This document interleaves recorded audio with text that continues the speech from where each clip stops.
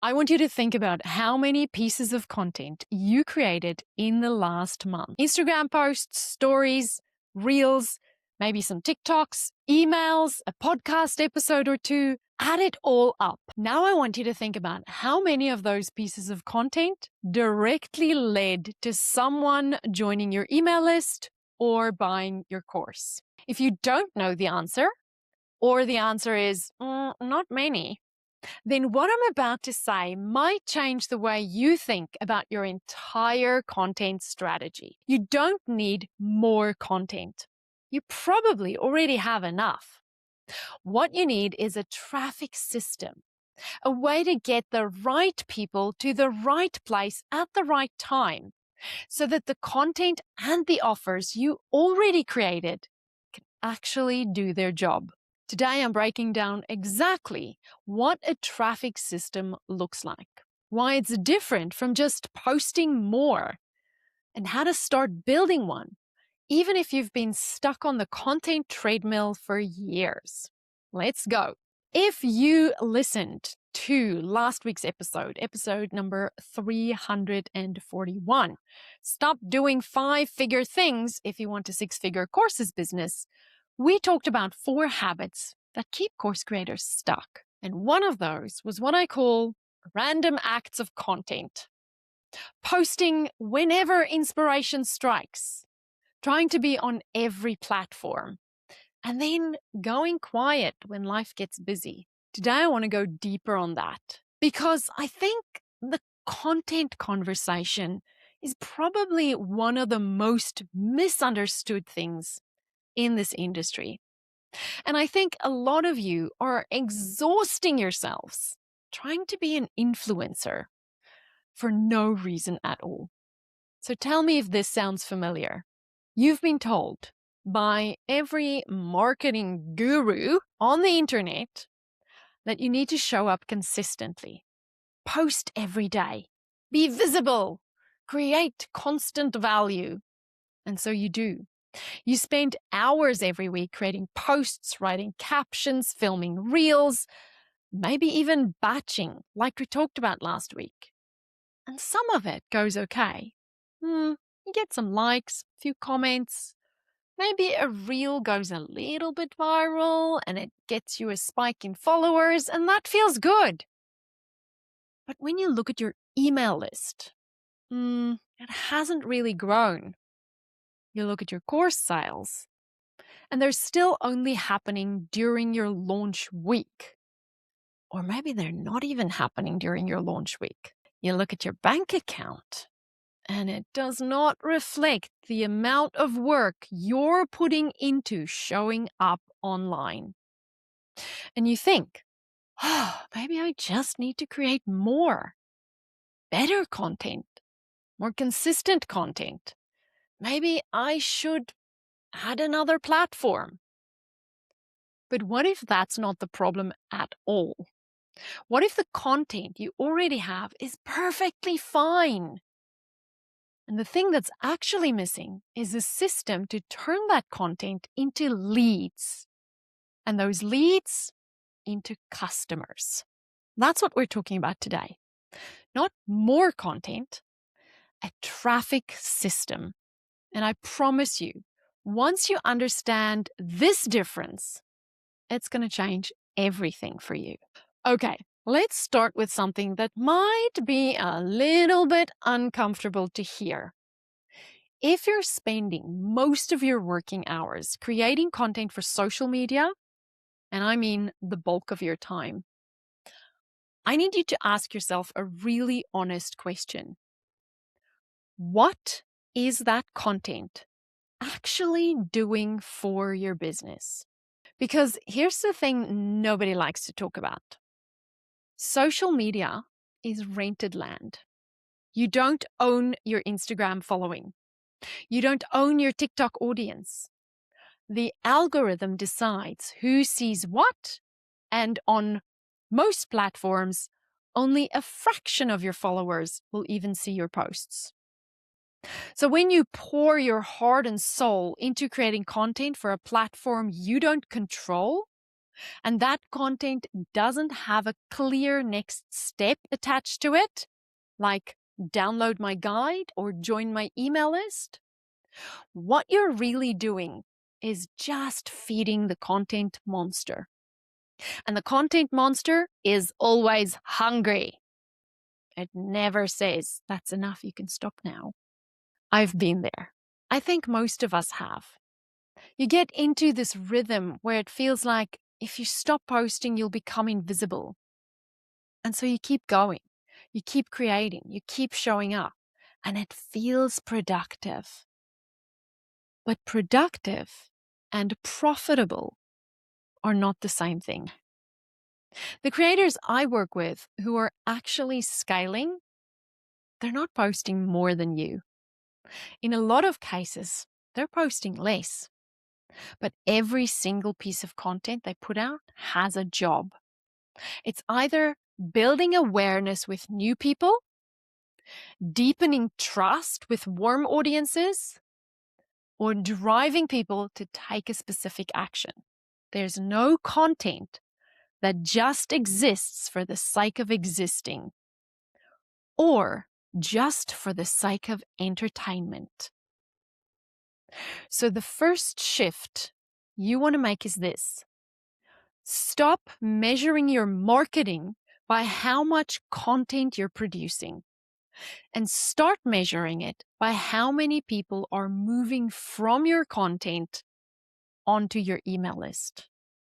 Because your email list is the asset. Your social media is just the bridge to get them there. I recently went through my YouTube channel and I archived some old videos. Now, I'm not sure if you knew this about me or not, but I used to be quite the vlogger. Yes, I've been doing this so long that I was around back in the day when we used the term vlogging. I remember turning out video upon video upon video and feeling super frustrated that my audience was growing so slowly. But you know what I notice now? I was never building my email list. Ever. And while I'm confessing things to you from the past, I remember really getting serious about building my list at the start of 2019. And to me, that feels like yesterday. I can't believe I didn't take list building seriously for the first few years of being a content creator. All right. So if the answer isn't more content, what is it? What does an actual traffic system look like? I think of it as 3 pillars. And this is really important because if any of one of these 3 is missing, no amount of content or ads is going to fix that. You need all 3 working together. Pillar number 1 is your audience. These are the people who know you, they like you, and they trust you. They follow you. They're on your email list. They listen to your podcast, whatever it looks like. The point is they're warm. They've had enough touch points with you that when you make an offer, they actually pay attention. Pillar number 2 is your offer. And I don't just mean, I have a course. I mean, you have a specific offer that solves a specific problem for a specific person. A hot offer for a starving crowd. Something people are actively looking for a solution to, not something you have to convince them they need. And pillar number 3 is your launch mechanism. And this is the bridge between your audience and your offer. It could be a webinar, could be a challenge, a video series, an email sequence. But it's the thing that takes someone from, I'm interested, to yes, I'm buying. Without this piece, you just have a bunch of followers and a course sitting on a shelf. Now, here's why it matters for the content conversation. If you're missing any of these 3 pillars, creating more content won't help. If you don't have a warm audience yet, you need to focus on getting in front of new people and building that trust. Content help with that, but only if it's getting the attention of new people online. You need strong hooks that pulls strangers into your content and keeps them on your page. If your offer isn't clear or compelling, no amount of visibility is going to make people buy something they're confused about. You need clear messaging that shows you understand their pain and their deepest desire at the deepest level. And if you don't have a launch mechanism, a way to actually take people through a journey from interested to enrolled, then you're just hoping that someone will stumble across your sales page and buy. And hope is not a marketing strategy.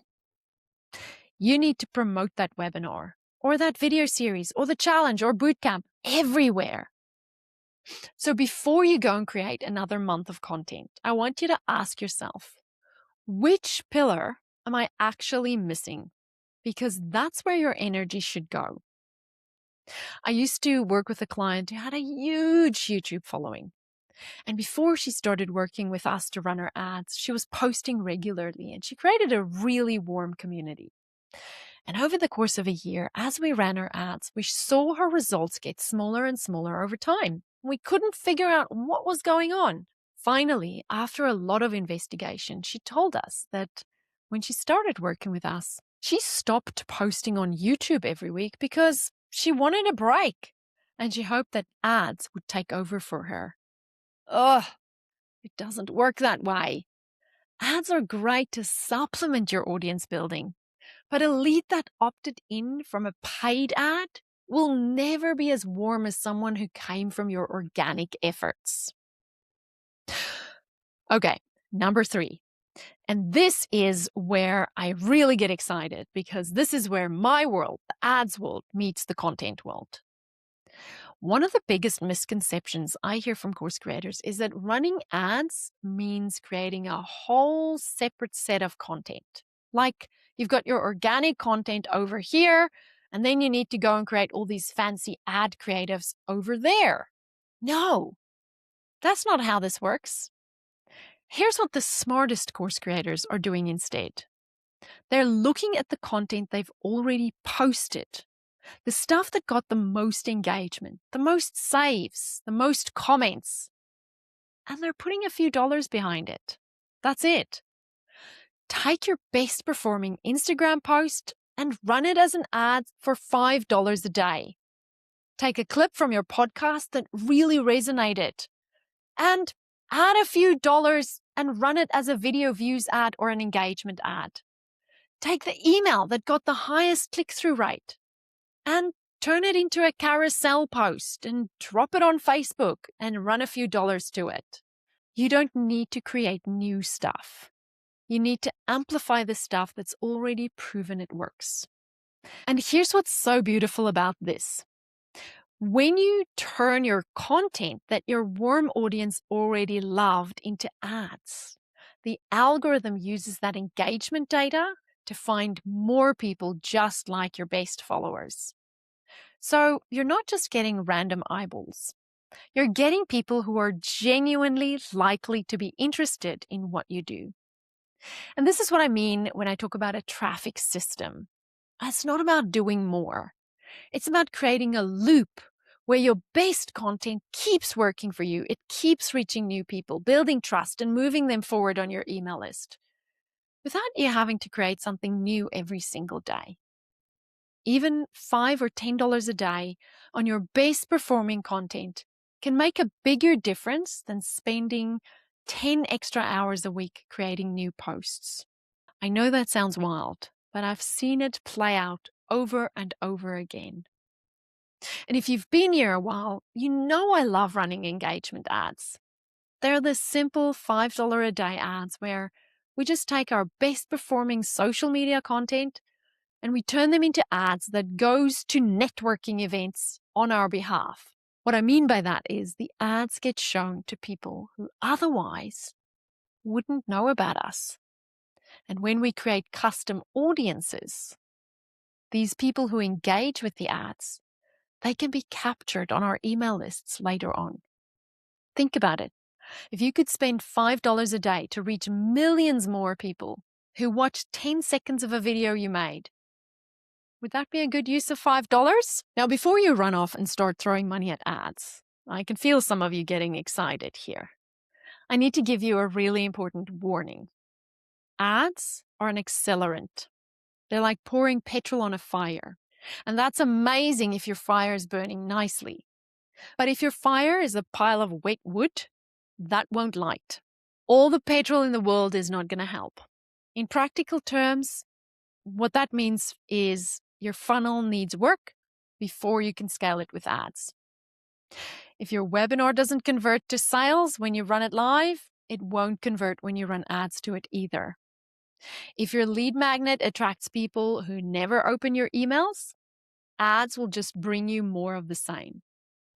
If your sales page has a 1% conversion rate, sending more traffic to it just means more people leaving without buying. So here's the order I'd encourage you to think about this. First, run your live launch.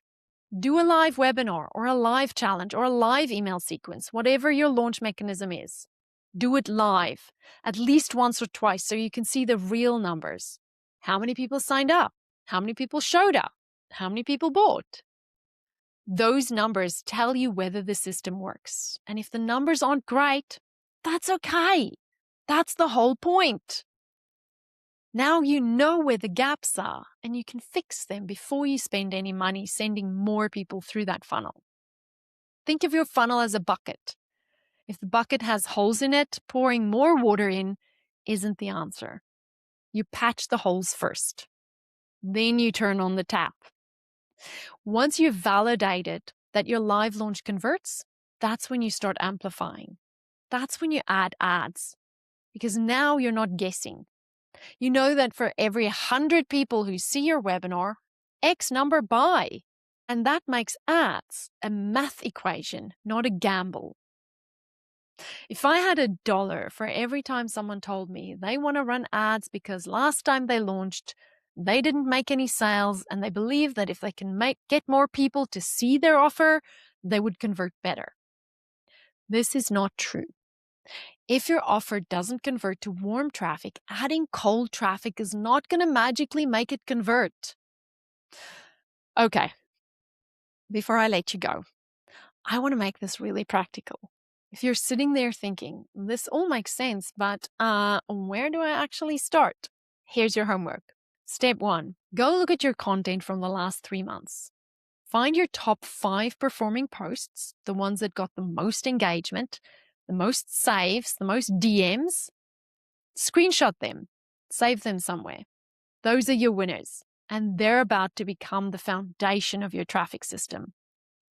Step 2, look at where your email subscribers are actually coming from right now. Is it a lead magnet? Is it the link in your bio? Or is it from your podcast? If you don't know, that's your first problem to solve. Every piece of content should have a clear path to your email list. Step 3, ask yourself honestly, do I have a launch mechanism that works? Have I run a live webinar, a challenge, or a sequence that actually converts? If yes, great. You might be ready to start amplifying with ads.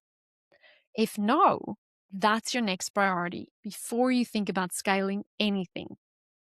Step 4, take one of those top performing posts from step 1 and run it as an engagement ad for $5 a day, just for a week.